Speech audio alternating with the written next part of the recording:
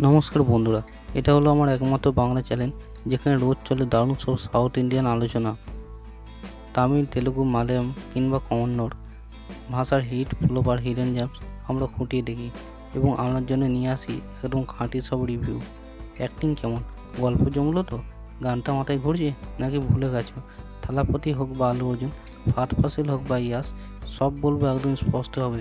কে কেমন পারফর্ম করলো জানতে হলে চ্যানেলটা সাবস্ক্রাইব করতে ভুলবেন না। প্রতি সপ্তাহে নতুন সিনেমা, নতুন রিভিউ, একদম বিনা স্পয়লারে। তাই দেরি না করে সাবস্ক্রাইব করো, একটা লাইক দিও, আর চলো শুরু করি আজকের আলোচনা। আজকে রিভিউ করবো 11 মুভি। তো কেমন হয়েছে মুভিটা আপনার কি দেখা হচ্ছে? মুভির কাহিনী ছোট করে বলি। একটি অন্ধকার রাস্তায় ভয়ঙ্কর ঘটনা ঘটে। একটি কালো গাড়ির ভেতর থেকে একজন লোক একটি মৃতদেহ বের করে এবং সেটা আগুনে পুড়িয়ে দেয়। এই নিষ্ঠুর হত্যাকাণ্ডের মাধ্যমে শুরু হয় একের পর এক সিরিয়াল কিলের ঘটনা, যেখানে সবই খুন যমজ ভাইদের ওপর হয় এবং প্রতিটি খুনের সাথে কিছু রহস্য থাকে। এখন এই খুনগুলির তদন্ত আসেন এসিপি অরবিন্দ। অরবিন্দ একজন বুদ্ধিমান এবং দৃঢ় পুলিশ কর্মকর্তা, যিনি কঠিন থেকে কঠিনতর মামলা সমাধান করতে সক্ষম। তবে এই মামলা সহজে নয়। অরবিন্দ যখন তদন্ত শুরু করেন তখন মনে হয় এটি হয়তো একটি সাধারণ সিরিয়াল কিলারের কাজ, কিন্তু যতই তিনি এগিয়ে যান ততই একটি বড় রহস্য সামনে আসে। অরবিন্দ বুঝতে পারেন খুনির নাম বেঞ্জামিন। যমজ ভাইদের মানসিকভাবে আঘাত করা তাদের নিজেদের ভাইকে খুন করতে বাধ্য করছে।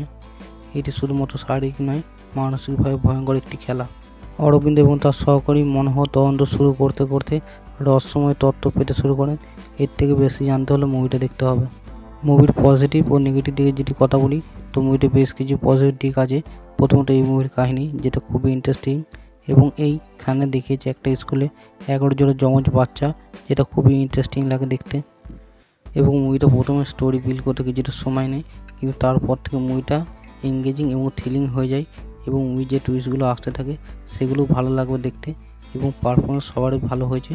এবং এই মুভিতে যে ভিলেন, তার ছোটোবেলার সিন আছে, সেখানে ছোটো ছেলেটার পারফরমেন্স খুবই ভালো হয়েছে, বিশেষ করে ইমোশনাল সিনগুলো। এবং যদি এর নেগেটিভ দিকের কথা বলি, তো ফার্স্ট 30 মিনিট একটু স্লো লেগেছে, বাট ওভারঅল মুভিটা ভালো লাগবে দেখতে। আর ভিডিওটা ভালো লাগলে লাইক, শেয়ার, সাবস্ক্রাইব করে দেবেন।